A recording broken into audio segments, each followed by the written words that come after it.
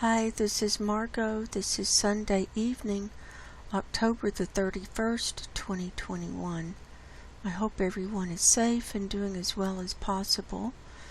We made it through another week. I'd like to welcome everyone to the show tonight.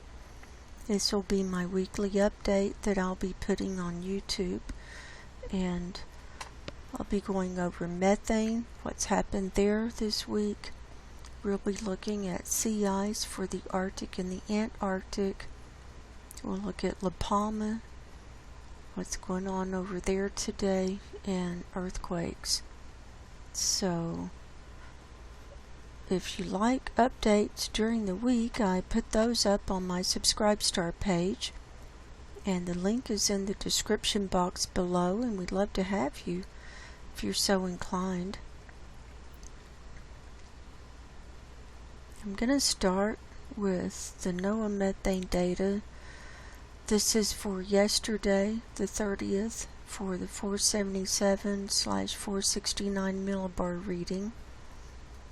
Now remember, the Met-2 satellite, we're not getting any more data off of the Met-2 satellite, which was the Met-A. So the only data we're getting from NOAA on methane is from the Met-1 or the Met-B satellite, and they have morning and afternoon readings. So the morning reading was 1934 parts per billion, and the high reading was 2468. And in the afternoon, the mean was 1930, and the high reading, it jumped up to 2782. So that's higher than we've seen that in a while. And the range for this high reading is this pink color, and it's between 2000 and whatever this top number is in the range. And in this one it's 2782, and it can be anywhere where we have the pink. And we're even seeing pink down here in the southern hemisphere, see, over Argentina and Chile, and also over the Weddell Sea. So we've just got a lot of pink going on. So here's my spreadsheet that I've been working off of, and I showed y'all last week, in my show last week, how I revamped my spreadsheet. I now have a separate page for just the Met-1 readings weekly, and then another page for the daily Met-1. And I revised all of my formulas and took out the Met-2 data out of here so that we have consistent information that we can look back on, back to March the 1st of 2019 when I first started doing this. So for the 30th, those two readings I just showed you averages out to be 1932 parts per billion. And that was the same as last week, so no change overall since last week. So here our blue line is just a little straight line, and so far it looks like we had the peak on October the 2nd at 1936 parts per billion, and that showed an increase that week of 6.5. So that was a sharp increase, and so it'd be right here. Now traditionally, methane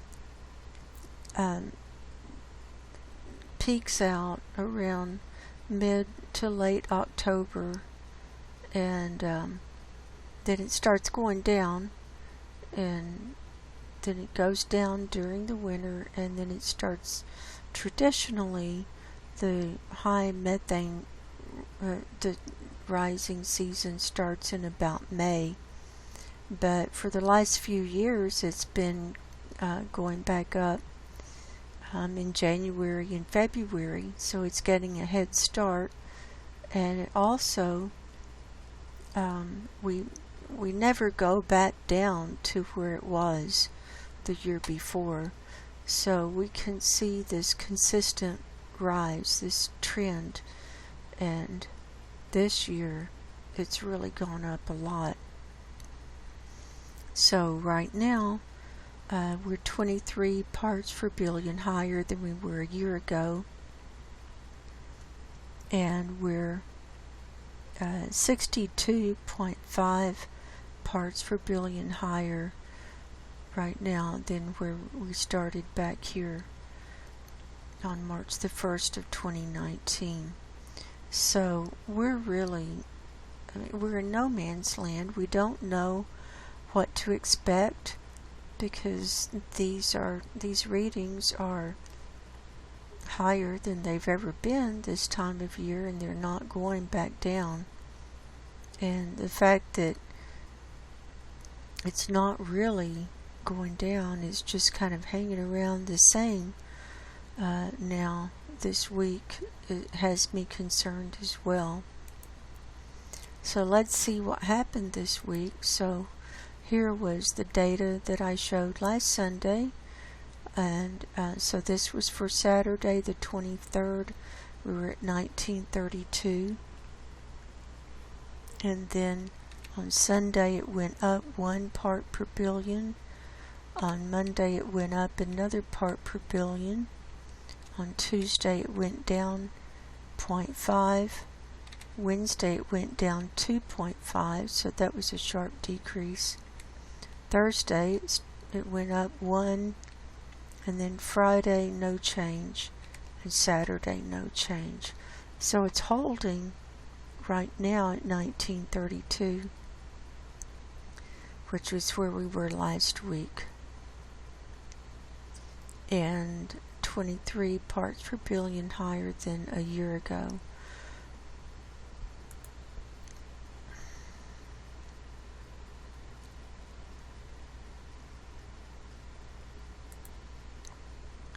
So now we'll hop on over to the CAMS data.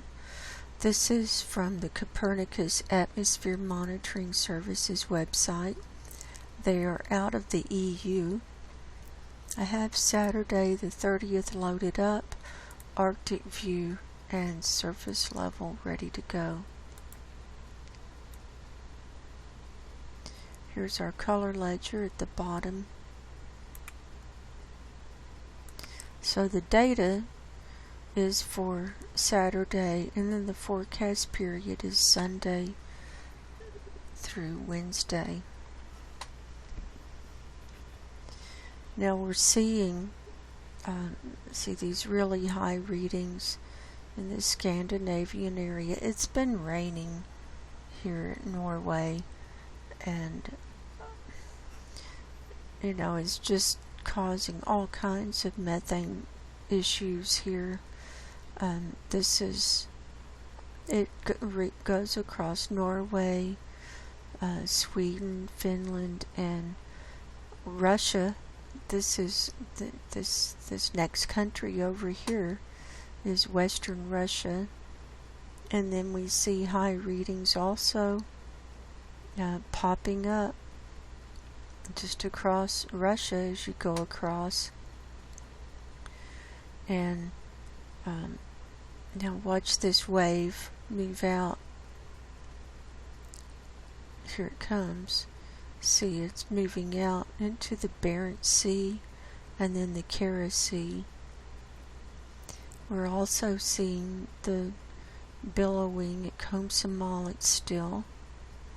We also have this wave here in Russia, just south of the Laptev Sea, and see it moving out across the Laptev Sea.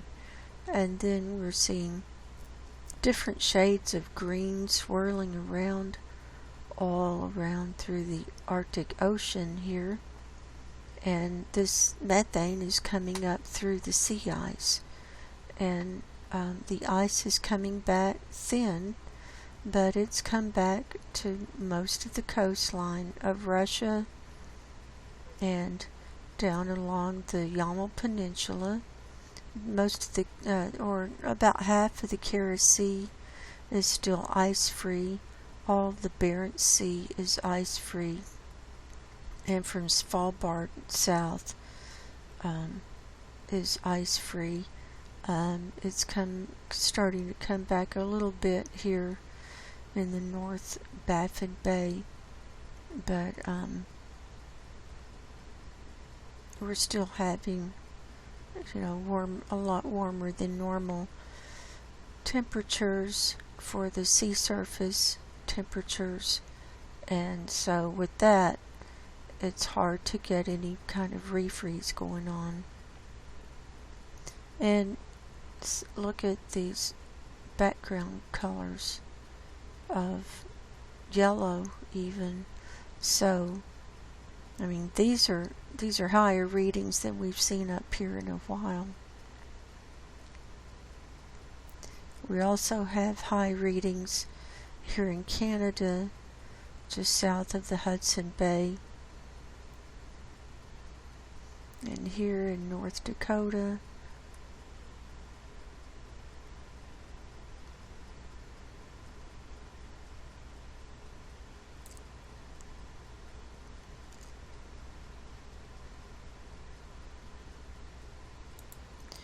Now we'll look at the North Pole view.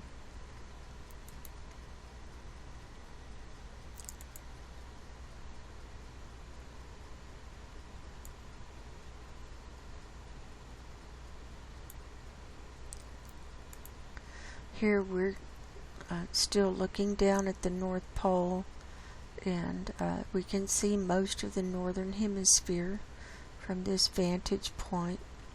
So here's this Scandinavian area, and then just down here through all these European countries, they're just filled up with methane. And look at the UK and even Europe, France. Look, in the forecast period, France fills up. Watch. Let's see right there. So this is not looking good at all. Here's the Persian Gulf, that's filling back up, and see how it's spilling over the coastline. Here's India, is still filling up. We've got this big wave off the coast of India here in the Bengal Bay, kind of just sitting there. It's also streaming down in the Arabian Sea here. China's filling up and spilling across the coastlines. Then you see Korea, see it's just, these are such high readings, and you can even see the white spot of Beijing here on this vantage point. Normally we'll see it on the global view, but sometimes it's hard to see here. Now, see, it popped up for a minute there, or a second. And then here in North America, so here's the US. This eastern seaboard is just out of control. West Texas, then look how Texas fills up in certain areas. It just pulsates and changes from day to day depending on the temperatures and the precipitation, if they've had rain or even snow, and then it warms up. It creates a lot of more methane release. Look at Texas just filling up. Also California, is it's just filling up all the way down through the state. It had been streaming out down along the coastline of Baja this week.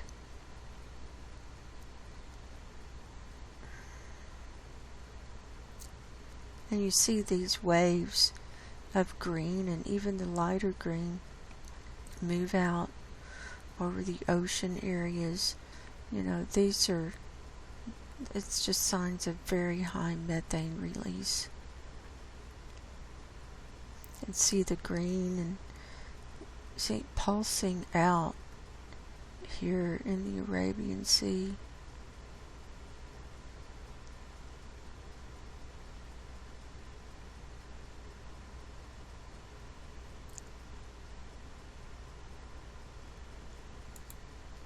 Okay, now we'll hop down to the Antarctic.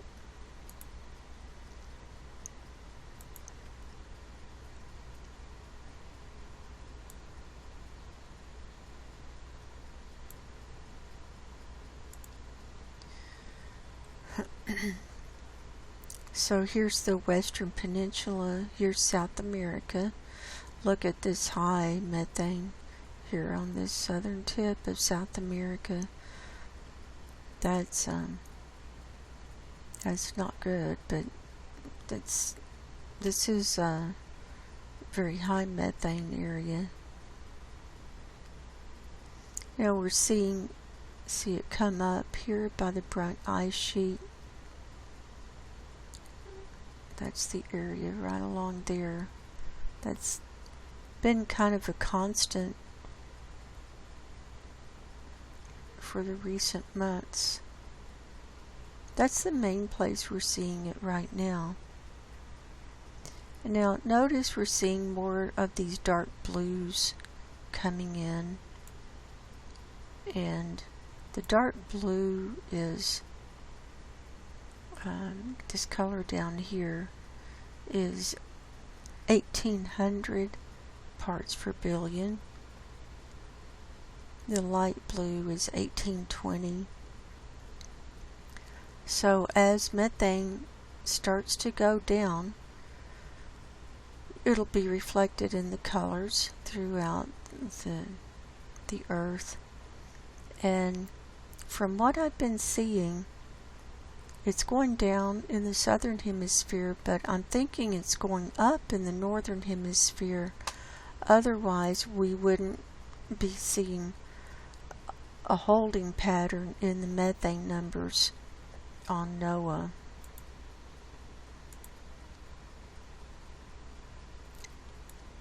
Now, otherwise, we would have overall methane going down, but we're holding. But we're seeing a difference in the colors here on CAMS. So here's the global view, and see this solid green all the way across this northern hemisphere.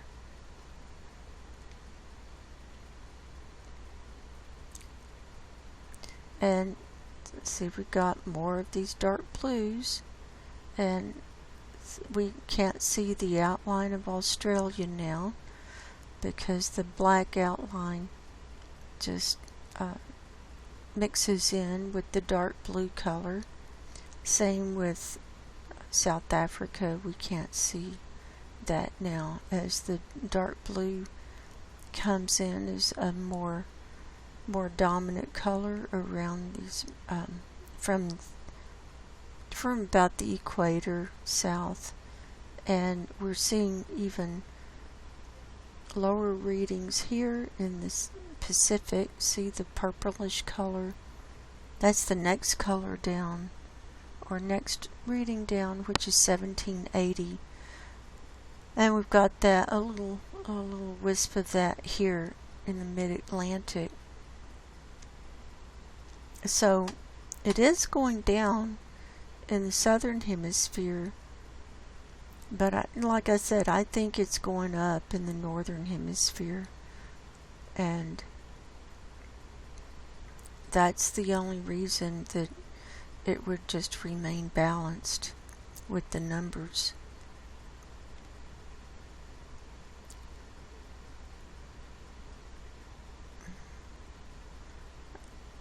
there's the white spot.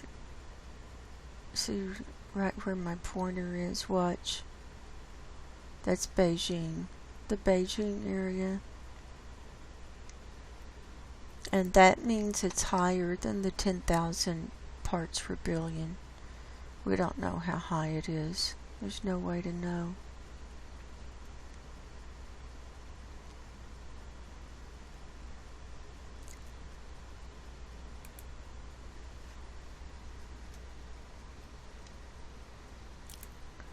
And now we'll look at 500 parts per billion. So this is about the same. HPA is what we're looking at on the NOAA data too. Now we see this dark area here. This is on the coastline of the Laptev Sea.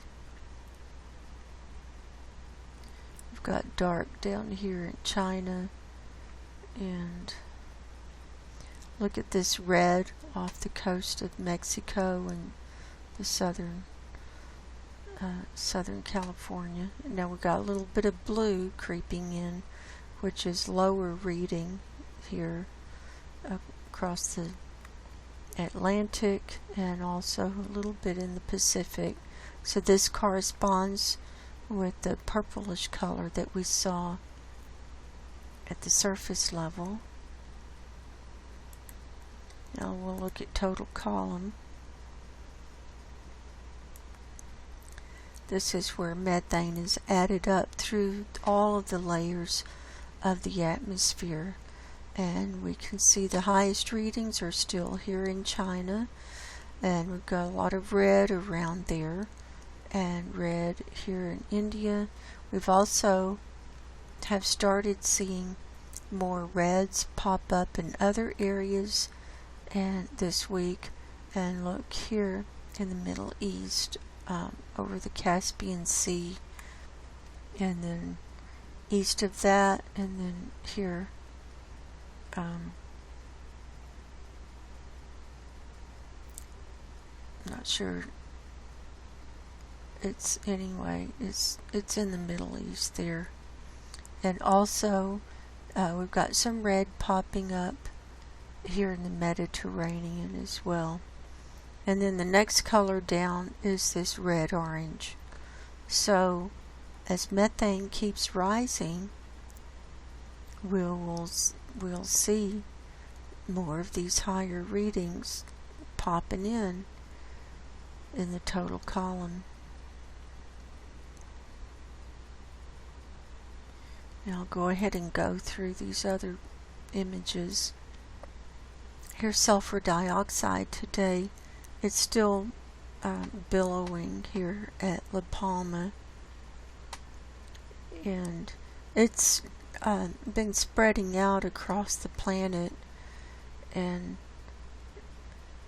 then we've got some high readings here from China and next to Japan.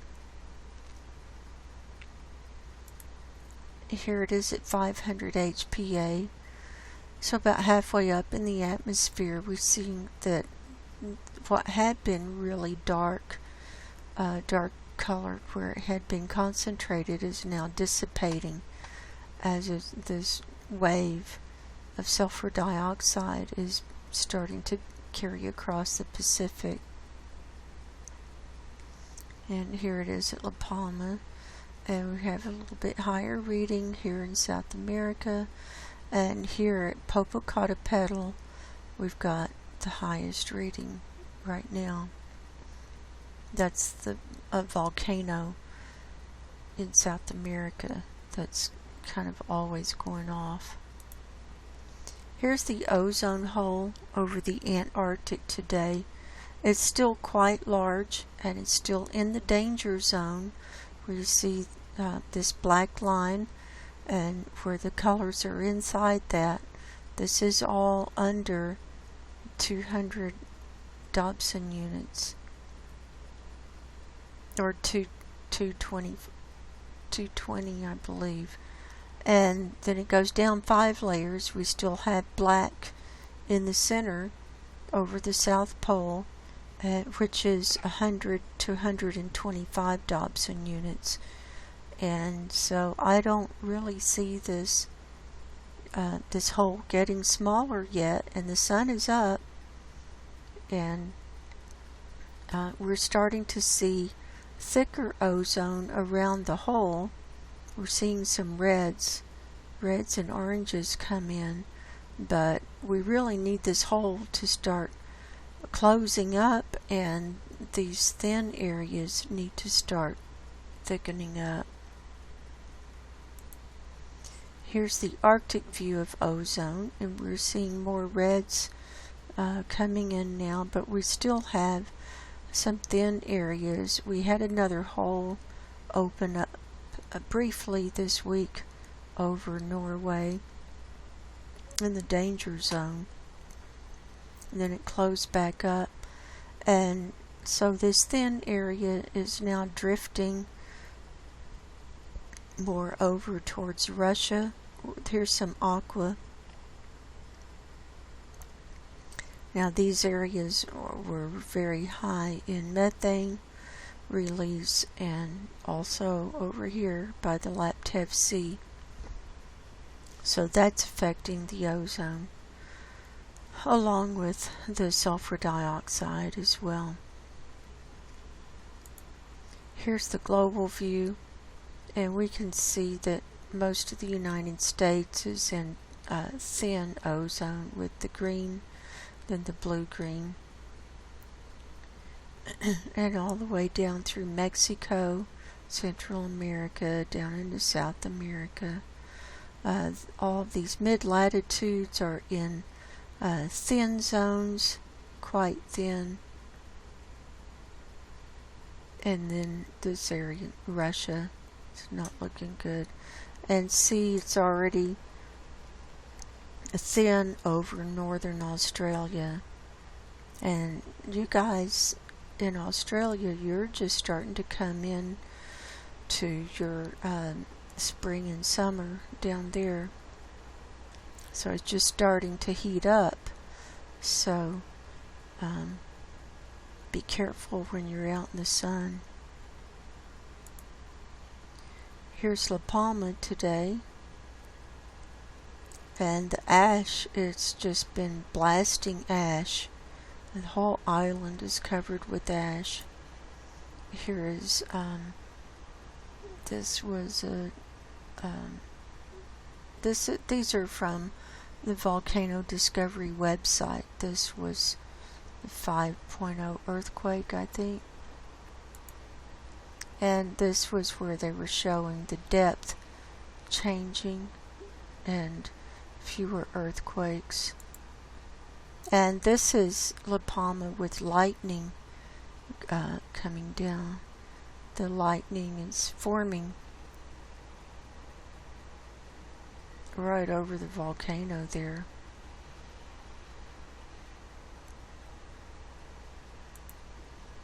So there's that. Now, let's go on and cover La Palma next. And I've been tracking it. I like looking at it on Zoom Earth because I can see, I've got the heat layer turned on, so I can see where the lava is flowing. And also, we can go incrementally by hour increments or 10-minute increments and see the here's the ash plume today that was coming up this morning, and you can watch it. And here it's still coming up during their day today. See, it's just shooting right up.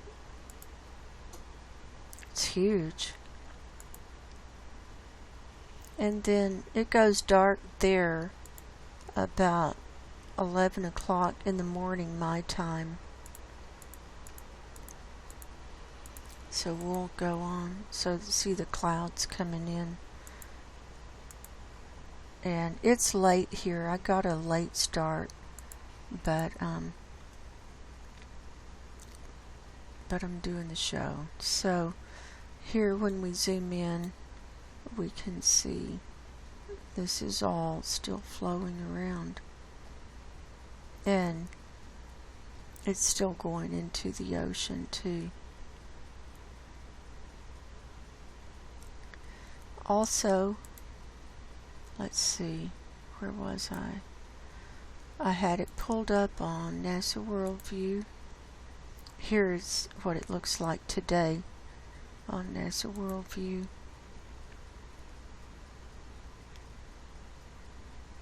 And here's the ash cloud pluming up. And it's going up to the north there.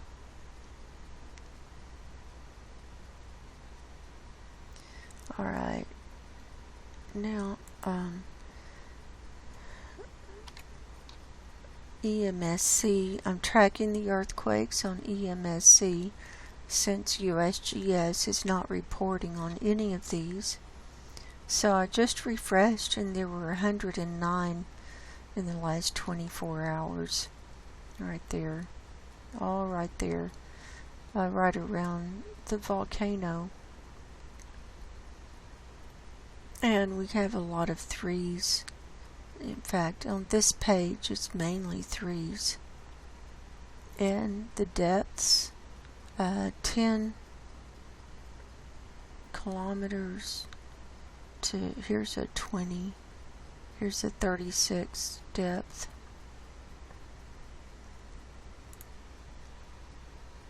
And so on.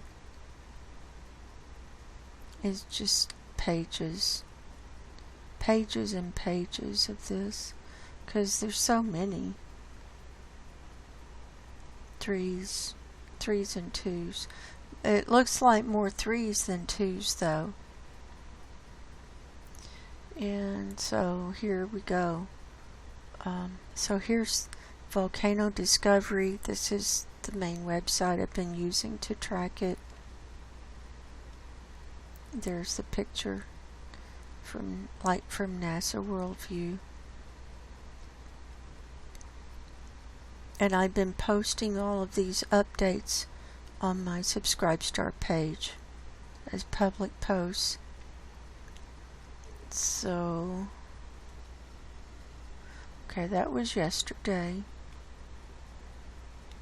And I'm not really covering these ash advisories, but they're there if you want to go look at them. They had, this is the main post for today. Intense ash emissions, no end in sight, despite decrease of quakes. So we'll read this. Eruptive activity remains elevated, dominated by strong ash emissions, reaching up to 18,000 feet or 5.5 kilometers altitude today, but fortunately drifting west over the Atlantic Ocean and sparing the airport. Local sources reported loud explosions could be heard overnight. The eruption has been becoming increasingly ashy or explosive, at least when it comes to what can be seen at the vents.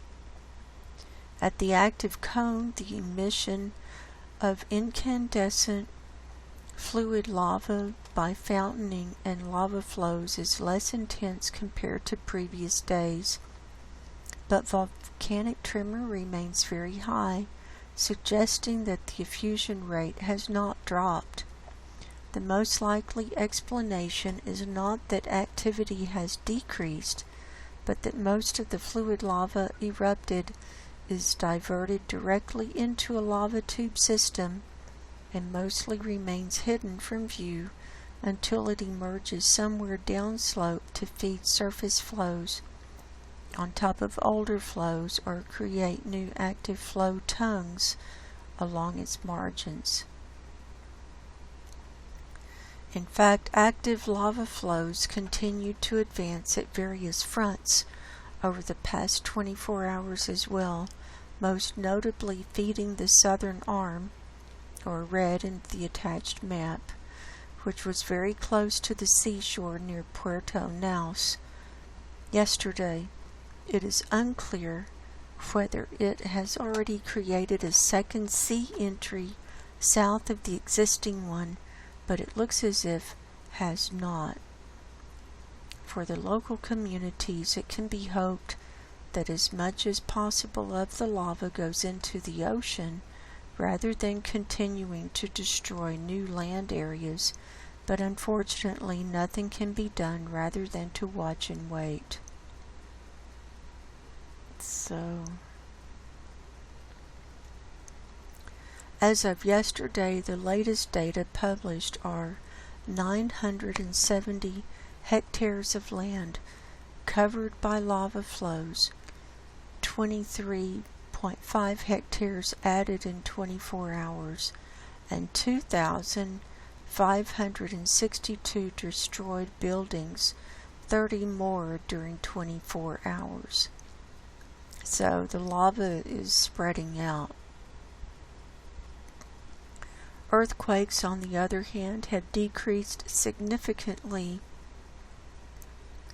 with less than 100 events of magnitudes between 2.4 and 3.5 during the past 24 hours. Deformation of the ground remains stable. Following yesterday's deep magnitude 5 quake, no quakes larger than 3.5 have since occurred. It is impossible to draw concise conclusions.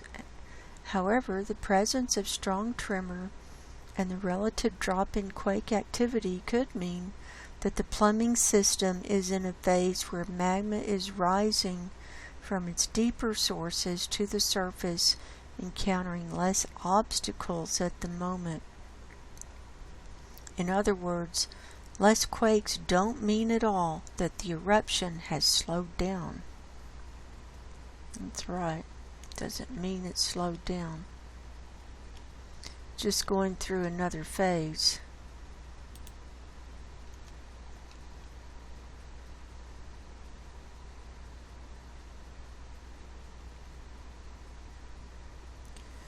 Okay.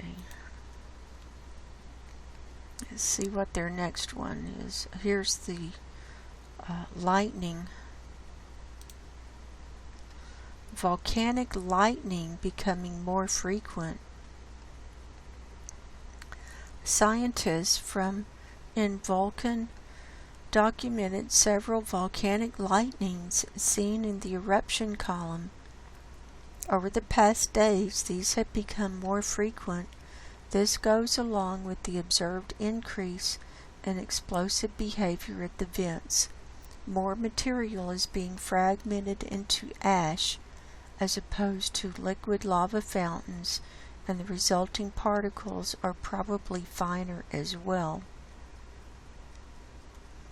Such volcanic thunderstorms are often seen during explosive eruptions, producing large quantities of ash, although the details are still poorly understood. In a simplified model, the lightnings are the result of electric charges accumulating in different parts of the eruption cloud, where friction between the ash grains rip of electric charges or electrons from each other. The more quantity of ash emitted, the faster and more turbulent it is moving, and the finer the ash grains, the more likely this process occurs. And here's a video of the explosive activity from yesterday. So y'all can watch that. Go to Volcano Discovery and look at that.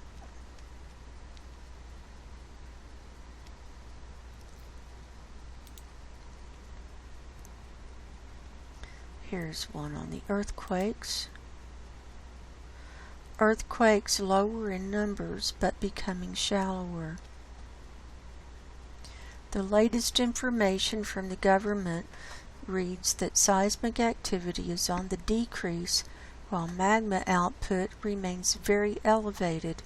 Emissions of sulfur dioxide have been decreasing for the 5th day in a row, although remain very elevated.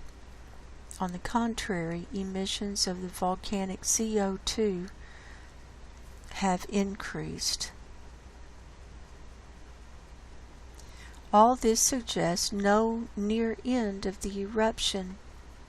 The increase of CO2 could be an early warning sign that more magma has arrived at depth, as this gas is one of the first to escape.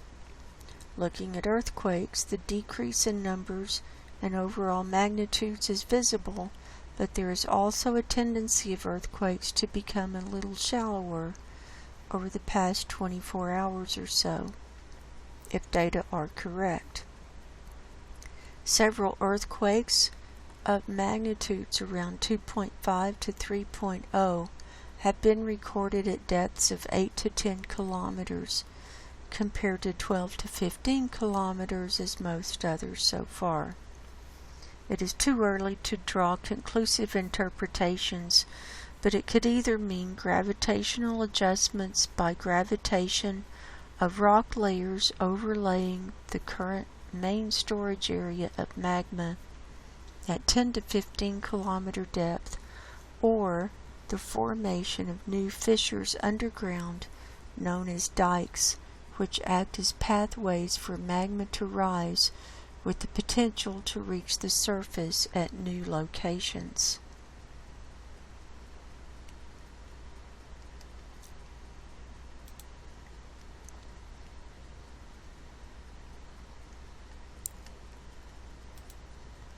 And then here's this post.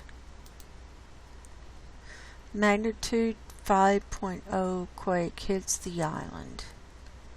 There's the chart. Update. Okay, this was a seismic trace of a magnitude 4.6 this afternoon at Palma, recorded on neighboring El Hierro Island. So this was on a different island. And then it got upgraded. The quake was upgraded to a 5.0 event. Judging from the large number of users reporting on it, it might well be the so far largest event. Original report, just as we reported that quakes had been less intense recently, a strong magnitude 4.6 tremor, one of the strongest since the start of the crisis, hit the island at 34 kilometer depth 20 minutes ago at 5:52 p.m. The quake was widely felt all over the island. And that's all.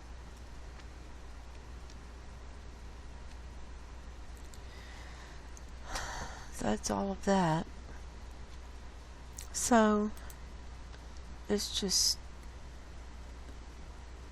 no end in sight, really. It's what we're seeing.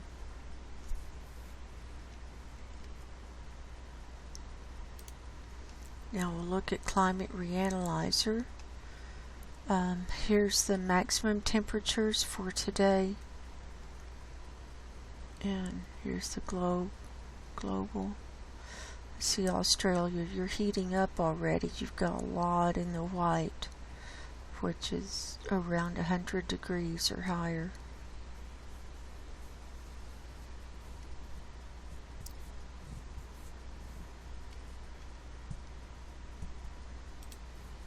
Here's 2-meter temperature anomaly.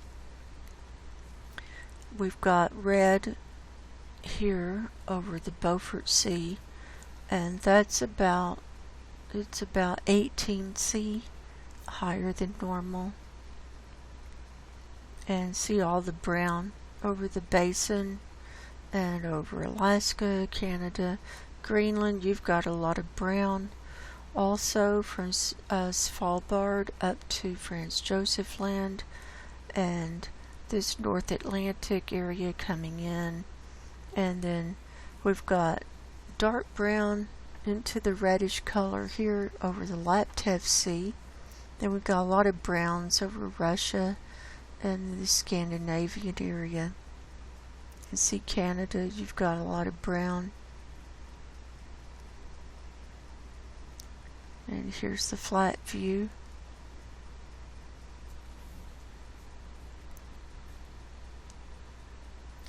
Worldwide, we're up 0.6 C, higher than normal. The northern hemisphere is up 1.1 C. The Arctic is up 2.8 C, higher than normal. The tropics are up 0.4 C. The southern hemisphere is in balance, and the Antarctic is up 0.7 C, higher than normal. So here we are in the winter time, and the Arctic is going up. I mean, it's that much higher than normal. It was a lot lower than that during the summertime, but here in the winter time, the temperatures are much higher than normal.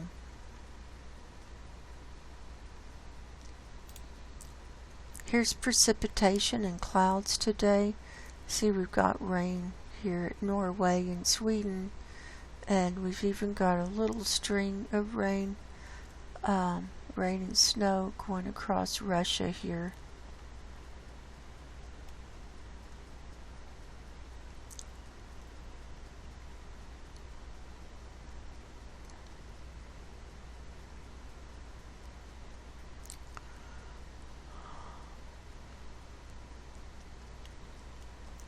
And let's see, jet stream.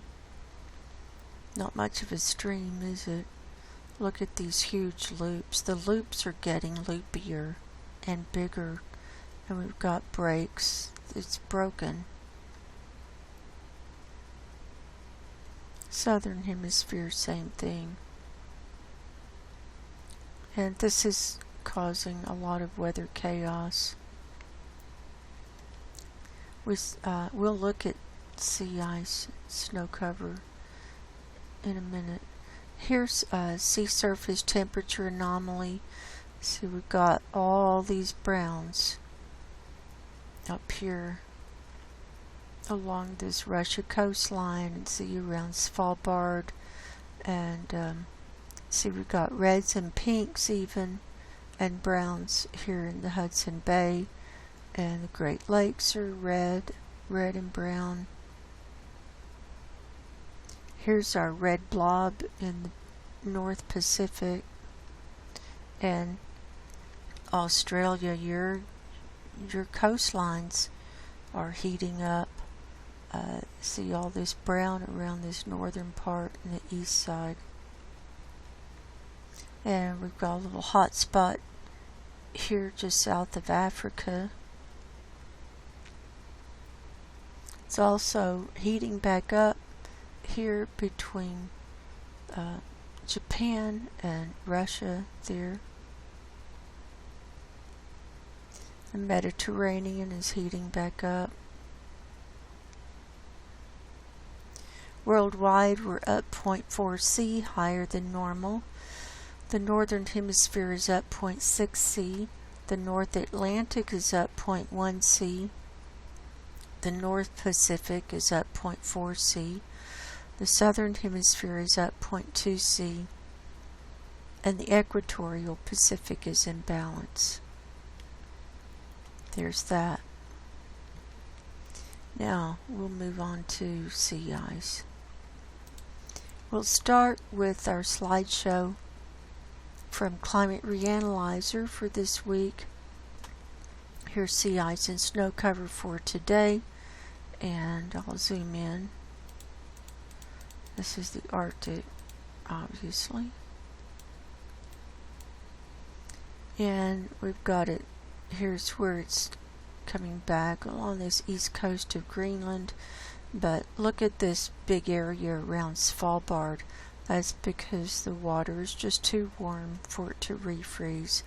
Same here in the Barents Sea and here in the Kara Sea from the Yamal Peninsula over to Novaya Zemlya.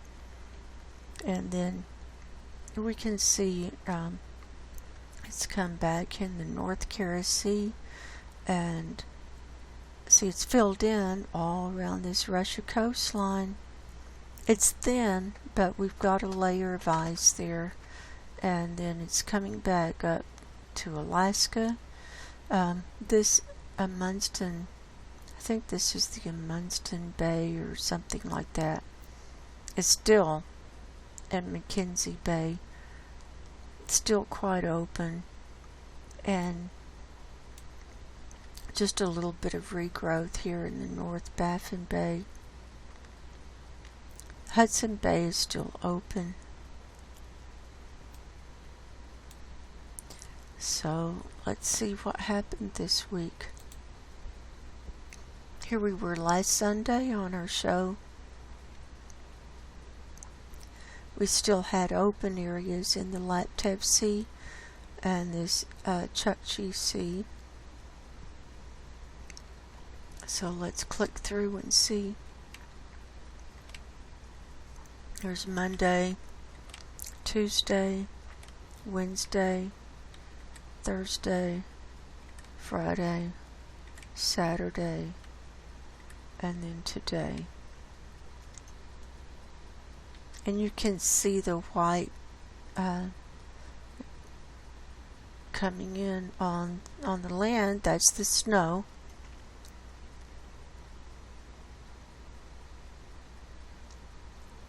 And then the sea ice.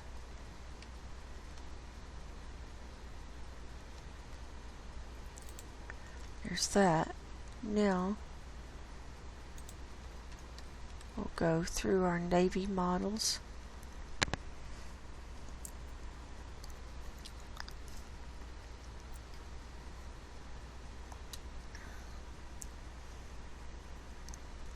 This is sea ice thickness. Here's the Arctic. This is the color ledger on the right. Most of the colors we're seeing are light lavender, and here's the middle lavender, which is about 1/2 meter thick. The dark purple is 1 meter thick. The dark aqua is about 1.5 meters thick. The blue is in between there, about 1.25 meters thick. The bright aqua is about 2 to 2.25 meters thick. Those are the main colors we're going to be seeing. And we want to be seeing like reds and yellows and greens, but it's not seeing much of that yet.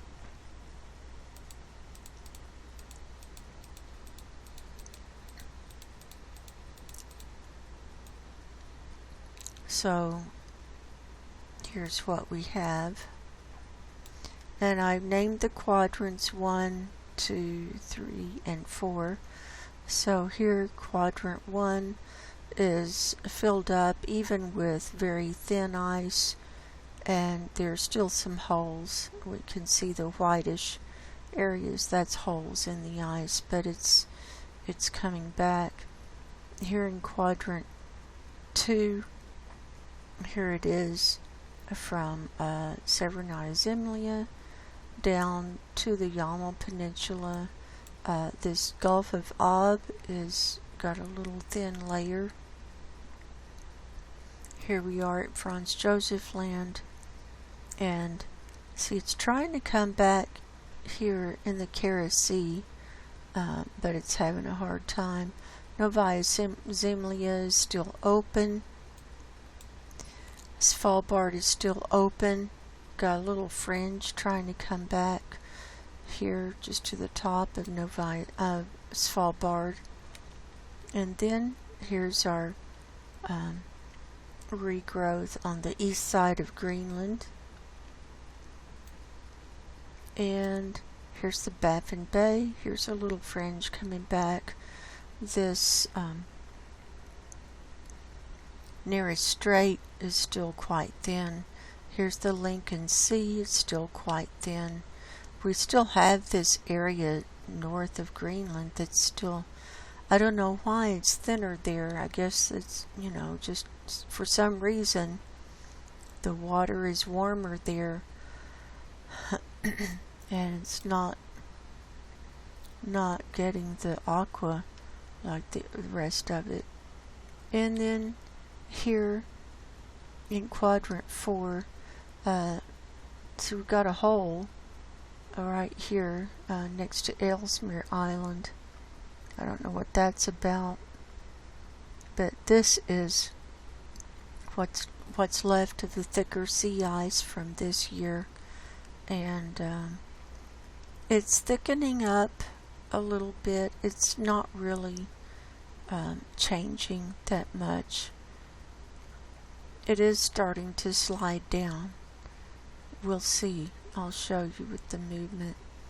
And here in the Beaufort Sea, this is thickening, and see, we've got the regrowth up to Alaska and to Canada. These tributaries are starting to fill in and they're getting thicker, starting to see a little more aqua, and now dark purple in there.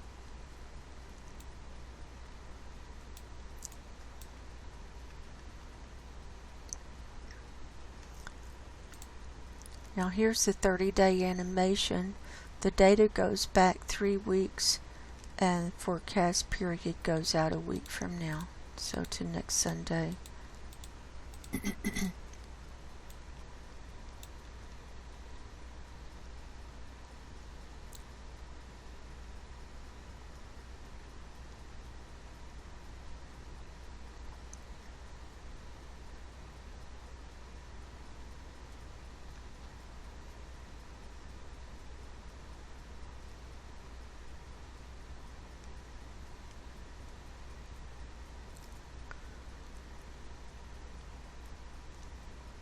So we're seeing it,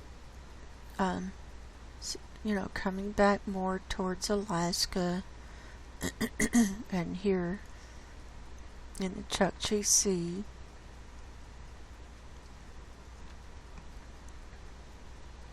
Not much regrowth here in the Kara Sea this week, and just a little fringe popping out between Franz Josef Land and Svalbard.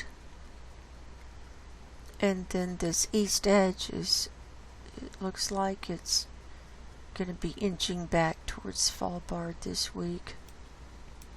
Now let's watch this thicker area. See, it is going from the dark blue to dark aqua.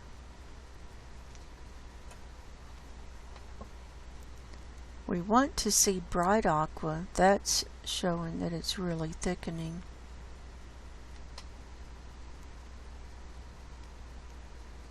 Seeing a little bit more aqua come in around this Greenland coastline.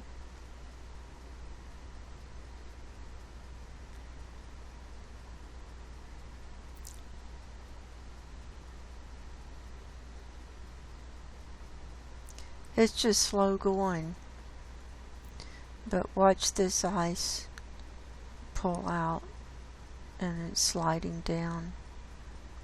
That's what happened last year to the thickest sea ice, multi-year ice, and we just got little nubs of it left here in the Beaufort Sea.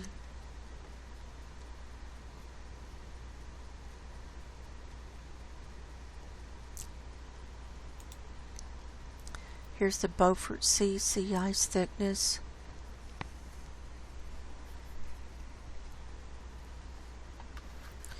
And here are the little nubs from last year. And here's the thicker ice. And see, it's not anchored in on those islands very well. And we are seeing more blue come in the picture, so that's thickening up a tiny bit there. So here's the 30-day animation.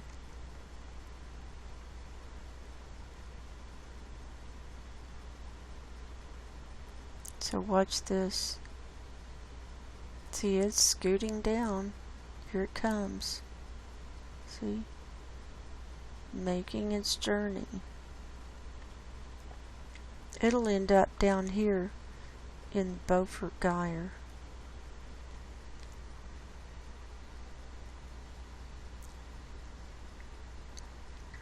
And there's that. Here's the Antarctic sea ice thickness for today.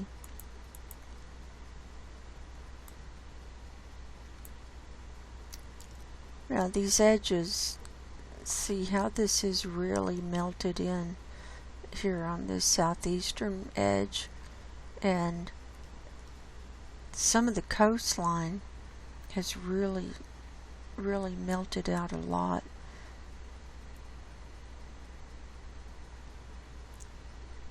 So here's the 30-day animation.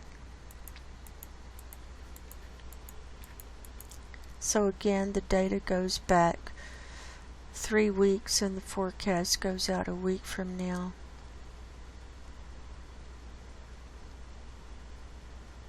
So they're heading into their summer as we're heading into our winter up in the northern hemisphere. And most of the sea ice melts around the continent and then it refreezes in their winter time.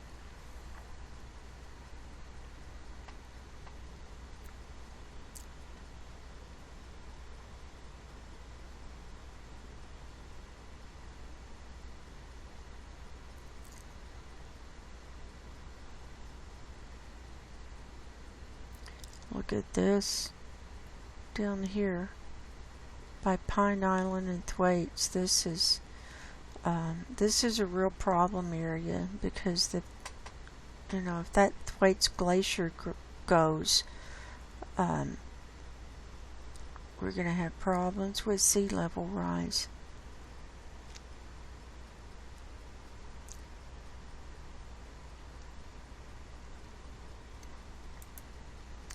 And I went ahead and took these pictures. This is from National Snow and Ice Data Center. They got back online about midweek. They were off. They didn't have data last week for us. So about midweek they came back online. This is as of yesterday. This is sea ice concentration in the Arctic. And this correlates with the models that we saw from Climate Reanalyzer and from the Navy.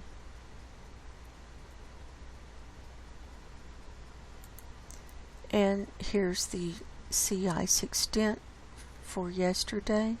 The blue line is this year, the dotted line is 2012, this gray line is average. And we can see, I'll blow it up for you.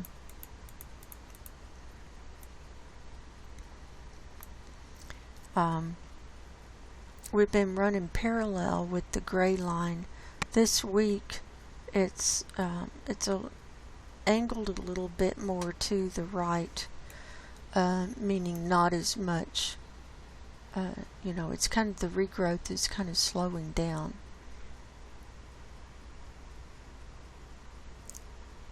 So I think we're going to meet up with 2012. That's what it looks like. We may even go below it soon. That's what happened last year. Here's the Antarctic.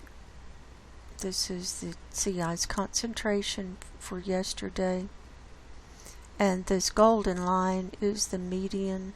And you can see how much it's already melted around inside there. And here is sea ice extent for the Antarctic. The blue line is this year. This gray-green line is last year. and then this light gray line is the median or average, and so you can see it's melting really fast. We're way below last year and below the median. So that's going to town. And that's all of those.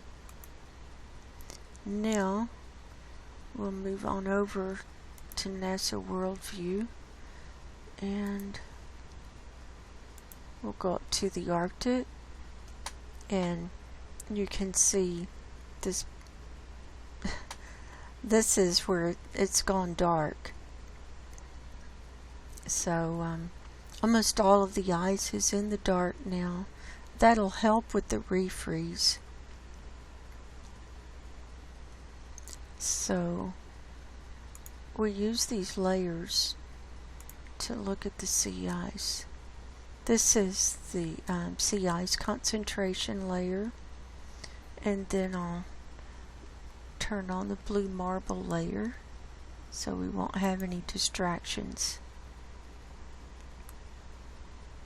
And you can see how this corresponds to the other models that we just looked at.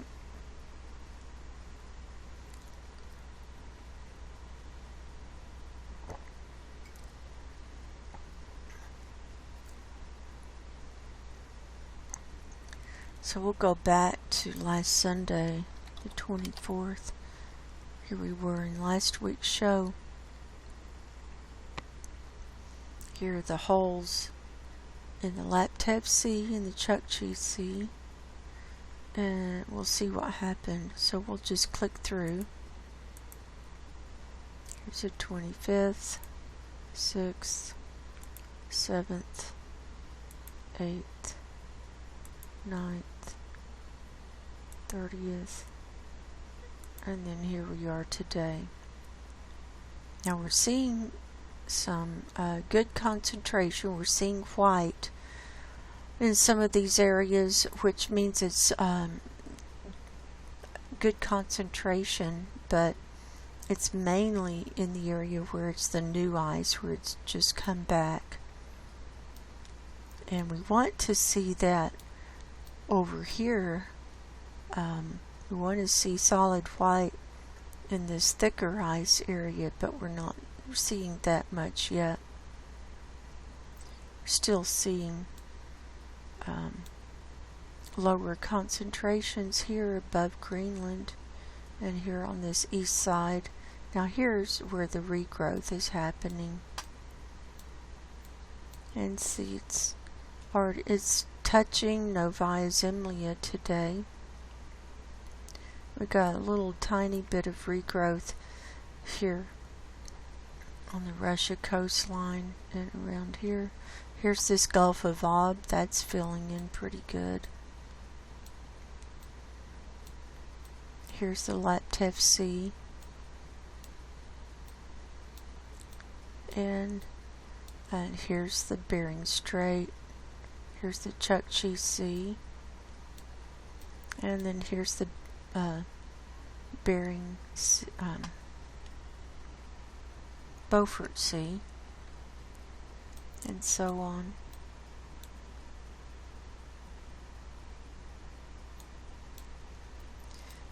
Now I've started also looking at the ice with the nighttime layer, Earth at night. Now I'll turn, once we get our bearings, I'll turn the ice layer off.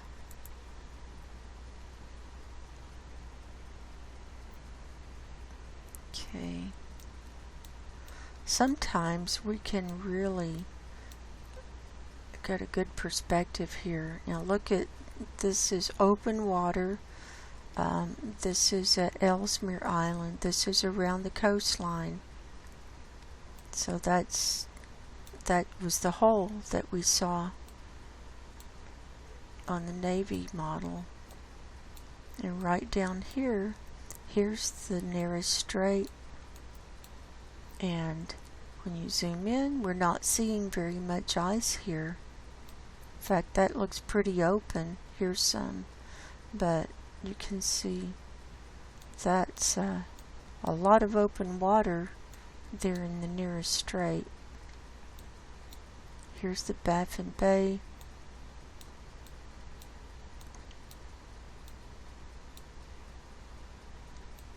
See, I have to get reoriented. Here's Greenland. Here's the north edge of Greenland. There's open water there. Let's see. Here's Svalbard. Here's Franz Josef Land. Let's see what else we can see. Okay, here's the Laptev Sea, and see, it's not frozen solid right up to the coastline. You can see open water. It's quite thin, and same thing around here. You can't see in there. And here's the Beaufort Sea, and see, we've still got a lot of open water. These leads, a lot of these leads have not refrozen, and it may take a while.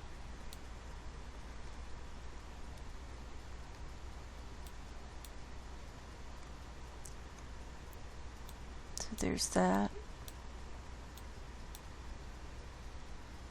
So we'll turn that layer off. That's what we've got in the North Pole. Now we'll go down to the Antarctic.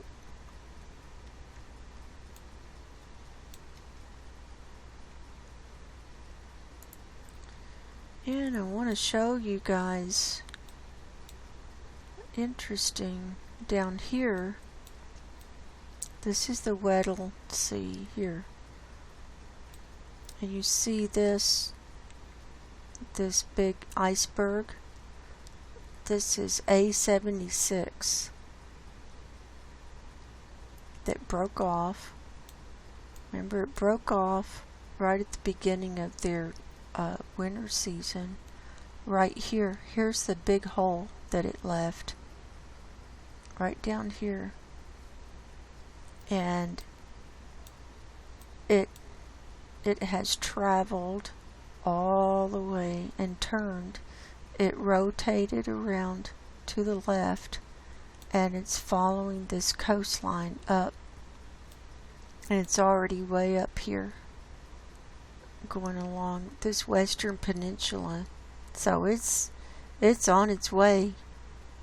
It will make its way out to, probably out to sea. Maybe not this year. It depends on how much the ice melts, but it's got some momentum, it looks like, and it's intact. So I just think that's amazing. That's a really good view of it today. And then here is where the sea ice is breaking off from the coastline. This is the Larsen Sea ice shelf. Here's the Larsen B. This is an area where we see methane coming up a lot. Look at this. This is a great view today.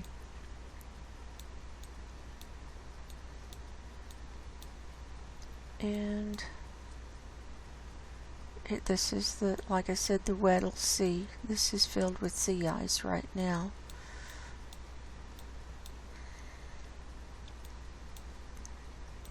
Then down here is, this is Pine Island Glacier.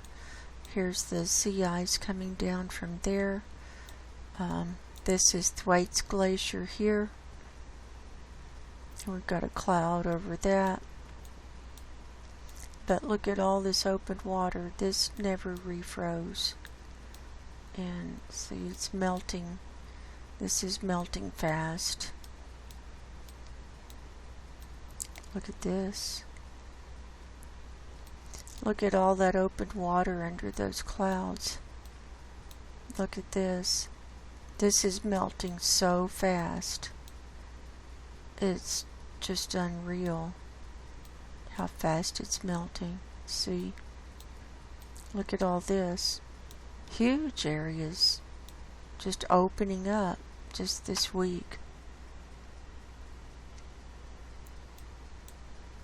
Here's the coastline. And then this is the Ross Sea. Here's the Ross Ice Shelf. This whole thing is the Ross Ice Shelf. Right down here is the Ross Island. This is a phenomenal view today with no clouds. And this is Mount Erebus, the volcano. Here's the shadow from the mountain, from the peak. Look at how this ice is melting. And then this, at this little end, this is where the McMurdo Research Station is. And look at the melting that's already going on here on these rocks, and where the water comes up.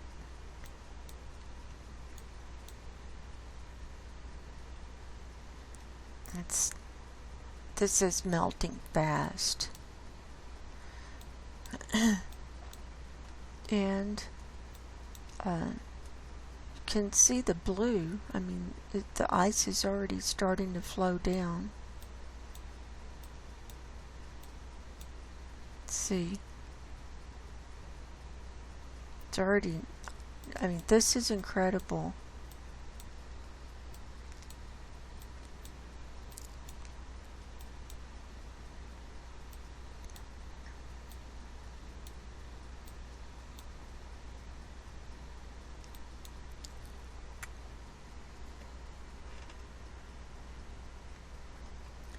Now, I wanted to show, while I'm here,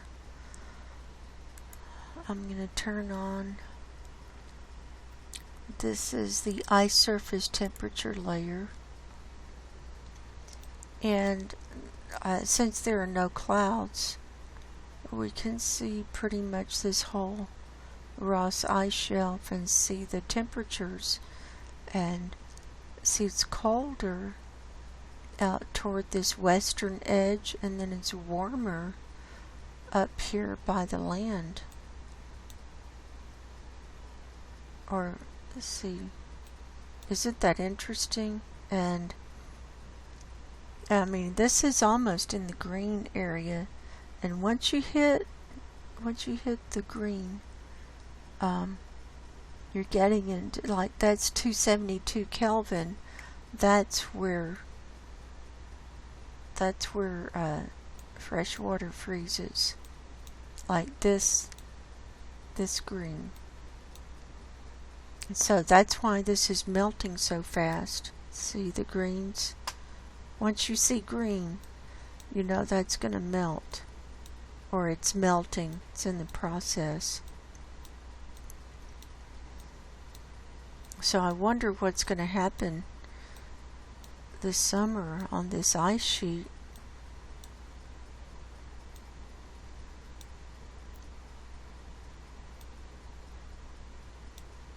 So we're going to be watching that very close. So I'll turn that layer off. Look at this open water. Then coming down here, here is the, okay, look at all that open water. Now here is the Totten Glacier. Got a cloud there right now, but I want to show you. This was Saturday a week ago. Let's see, it was all solid ice, right? Here it was on Sunday. See, and I showed that, remember, with that ice breaking up like that just in one day. Now watch what's happened this week with that ice. Look at that.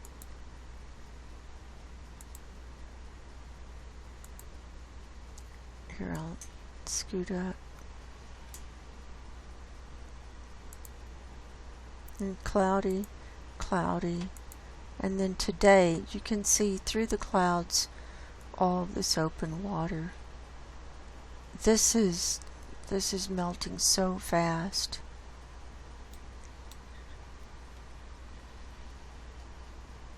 And then look at all this open water.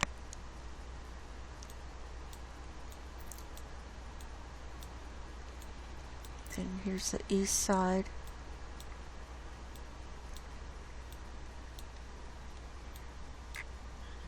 Here's the Amory ice sheet. We've got a big cloud over it right now. We've got open water here. So here's a good picture 2 days ago. Look at this. That's melting fast.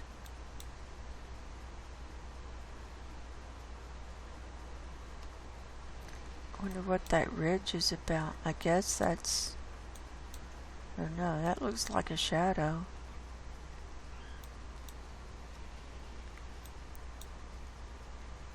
The ice is different there, so that's weird looking.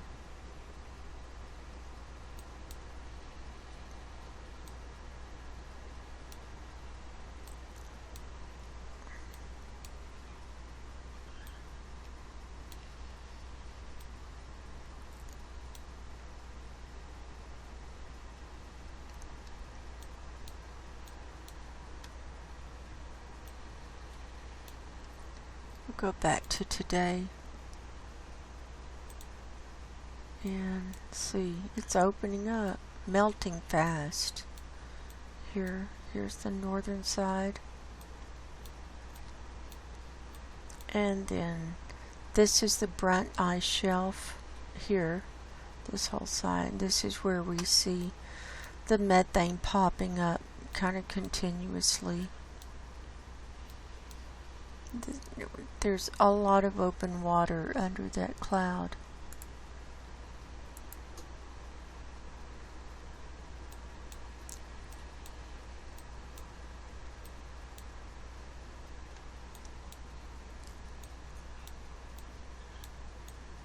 I got lost.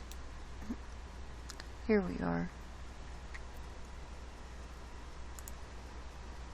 Uh-oh.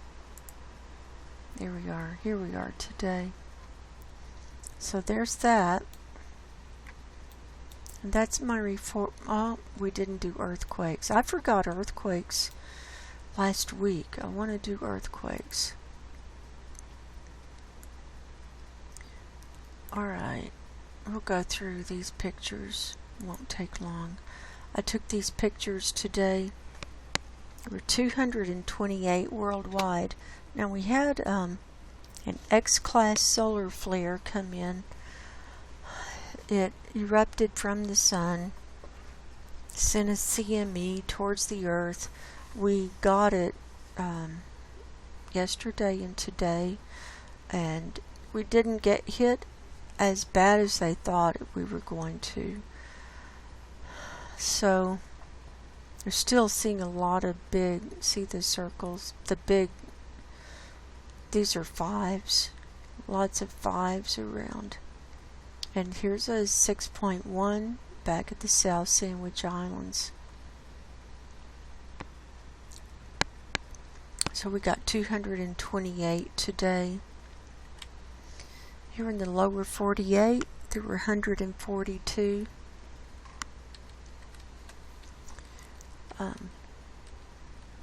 Southern California is showing 33. Searles Valley Ridgecrest is showing 15. Now, right now we've got 2.2 is the highest one, or the biggest, largest magnitude at Coso Junction. they had a swarm of earthquakes at Coso Junction this week, and we had I think it was a 3.3 there, which is the largest we've seen in this area in a while. This is western Nevada over to Mammoth Lakes and Colville 36. We've got a 2.1 over here at Rachel, Nevada. Here on the San Andreas fault line, we've got 5 today. The geysers are showing 37 today. We've got a 1.8 at Fall River Mills, California. This is north of this Lassen Park area.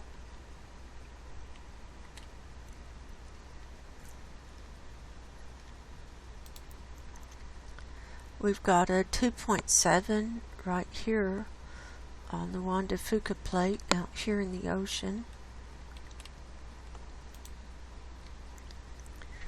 We've got 10 in this picture. This is Pacific Northwest over to Yellowstone. We've only got 3 in this picture. 3.0 near Big Spring, Texas. And then 2 in Oklahoma, a 2.0 at El Reno, and a 1.8 at Hera. South Carolina, they've been having some here at Jenkinsville. This is a 2.3 today, and a pretty shallow 1.4 kilometer depth. This is the Puerto Rico area, only 1 down here at Puerto Rico, and then we got 3 up here in the Cruz Bay area, with the largest one being a 4.0.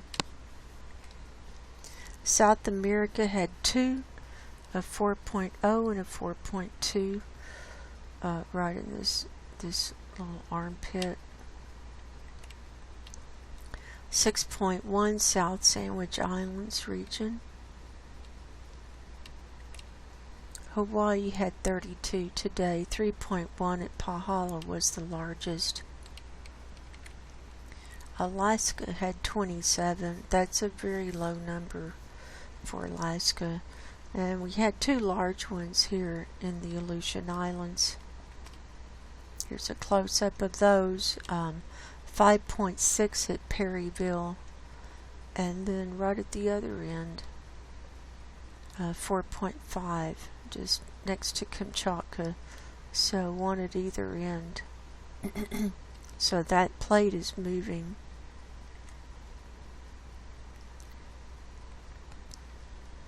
Here in the South Pacific, we've got 8 here today. We've got 1 on land in New Zealand at Waitari, a 4.3. That was 215 kilometers deep, so they probably didn't even feel it.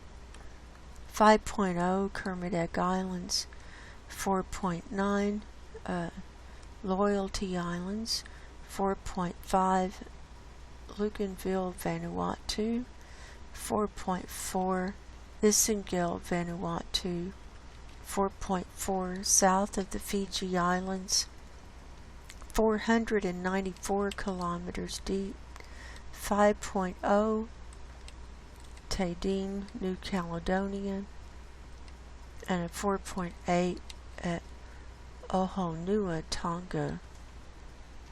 Lots of movement. And then, just a little bit further west, this is in Indonesia and Philippines. We've got a 4.6, Los Palos, 4.8, Buala, Solomon Islands, 4.3, Tobelo, Indonesia, 4.0, Los Palos, and a 4.0, Ambon, Indonesia. And then in the Japan area, And this one was on land. Had a 5.1 at Funashikawa, and 5.1 down here at Tanabe, 4.2 Bonin Islands, and then up here just north of Hokkaido was a 4.1 near Korsakov, Russia, and this one was deep, 343 kilometers deep. Then this Bonin Islands region was 432 kilometers deep. So we've got some deep ones going on. We've got two in this picture, 4.6 in Laos, and then a 4.1 at Ashkasham, Afghanistan. And that's all of those. Now, here's the website. So we've got 224 now. And we had another one come in. Well, we've had two more come in here at the South Sandwich Islands, 4.7 and 5.0. So it looks like that 6.1 is kicking off some more activity. And the islands are right here. And then the fault line, or the tectonic plate line, is right to the east of that. We've got a new one here next to the Cocos Plate, 5.0 El Salvador. Here's a new one. Look at this. 4.5 at Ute Park, or Ute Park, however you say it, New Mexico, 6.2 kilometers deep.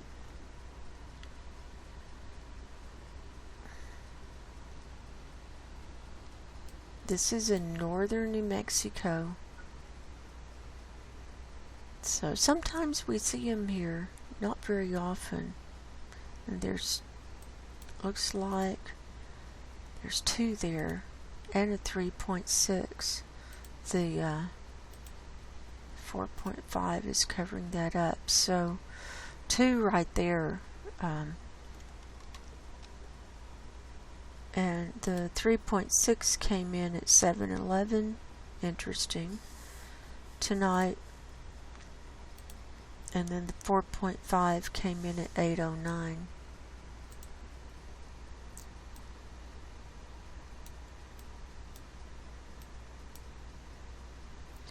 And we've got some new activity here around the Reno area. We've got one in the middle of Lake Tahoe,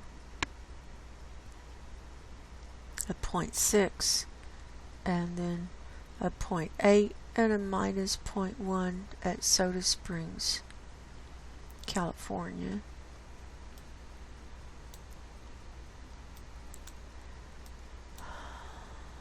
What's happening? The geysers, that's about the same, 36. Anyway,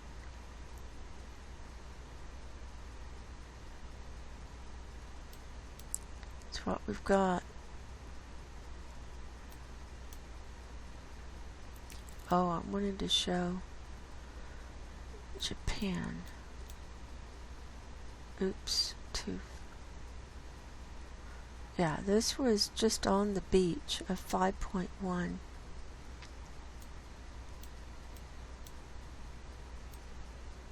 Now Fukushima is up here.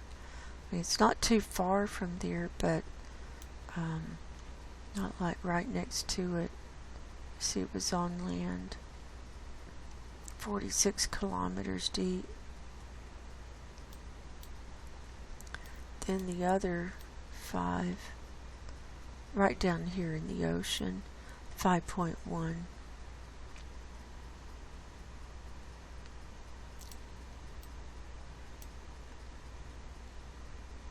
That's it. So that's my report for tonight. And then to bring it back to a spiritual focus, I'm continuing to read out of the Bible. Tonight we're reading out of Matthew. We're reading about Jesus' life. The red words are Jesus' words. Matthew chapter 22.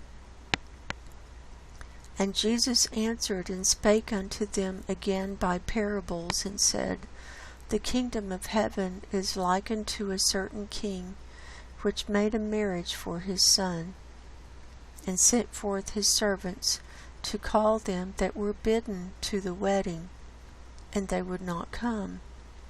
Again he sent forth other servants, saying, Tell them which are bidden, Behold, I have prepared my dinner. My oxen and my fatlings are killed, and all things are ready. Come unto the marriage. But they made light of it, and went their ways, one to his farm, another to his merchandise. And the remnant took his servants, and entreated them spitefully, and slew them. But when the king heard thereof, he was wroth, and he sent forth his armies, and destroyed those murderers, and burned up their city. Then saith he to his servants, The wedding is ready, but they which were bidden were not worthy. Go ye therefore into the highways, and as many as ye shall find, bid to the marriage. So those servants went out into the highways, and gathered together all as many as they found, both bad and good, and the wedding was furnished with guests.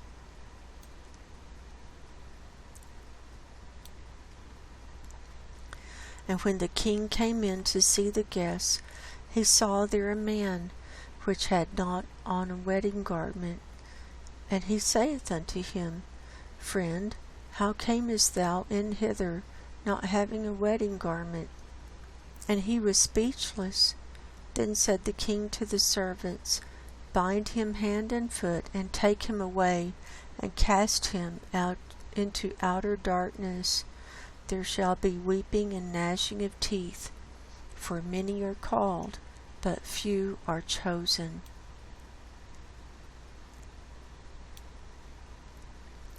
Then went the Pharisees and took counsel, how they might entangle him in his talk. And they sent out unto him their disciples with the Herodians, saying, Master, we know that thou art true, and teachest the way of God in truth. Neither carest thou for any man, for thou regardest not the person of men. Tell us therefore, what thinkest thou? Is it lawful to give tribute unto Caesar or not? But Jesus perceived their wickedness, and said, Why tempt ye me, ye hypocrites? Shew me the tribute money. And they brought unto him a penny. And he saith unto them, Whose is this image and superscription? They say unto him, Caesar's.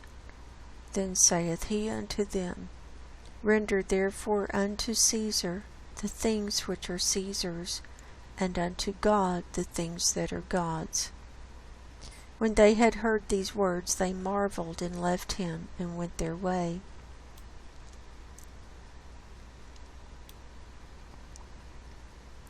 The same day came to him the Sadducees, which say that there is no resurrection, and asked him, saying, Master, Moses said, If a man die having no children, his brother shall marry his wife, and raise up seed unto his brother. Now there were with us 7 brethren, and the first, when he married a wife, deceased, and having no issue left his wife unto his brother. Likewise the second also, and the third unto the 7th. And last of all the woman died also. Therefore in the resurrection, whose wife shall she be of the 7? For they all had her. Jesus answered and said unto them, Ye do err, not knowing the Scriptures, nor the power of God. For in the resurrection they neither marry, nor are given in marriage, but are as the angels of God in heaven. But as touching the resurrection of the dead, have ye not read that which was spoken unto you by God, saying, I am the God of Abraham, and the God of Isaac, and the God of Jacob? God is not the God of the dead, but of the living. And when the multitude heard this, they were astonished at his doctrine.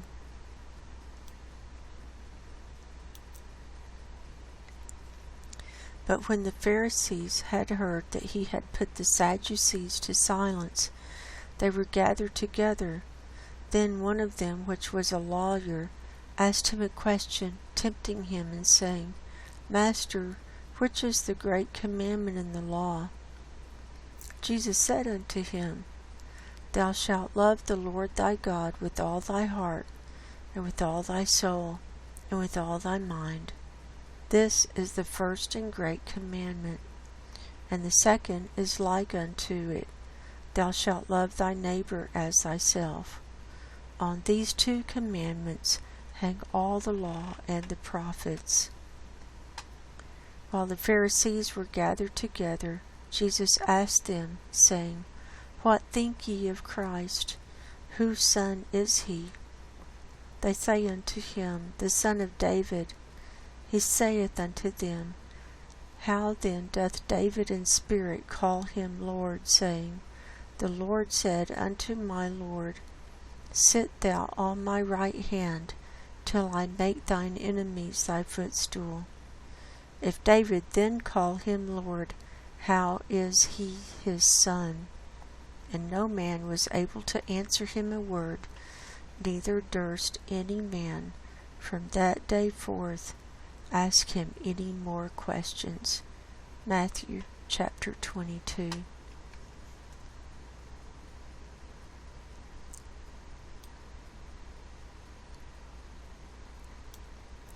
So I'm praying for everybody, and Jesus is the one that will give us hope and restoration, protection in these dark days. And he is the one. He said, I am the way, the truth, and the life, and the only way to my Father's kingdom is through me. And we need to remember these things, that we're headed for heaven. Those of us who are headed for heaven, this is not our world.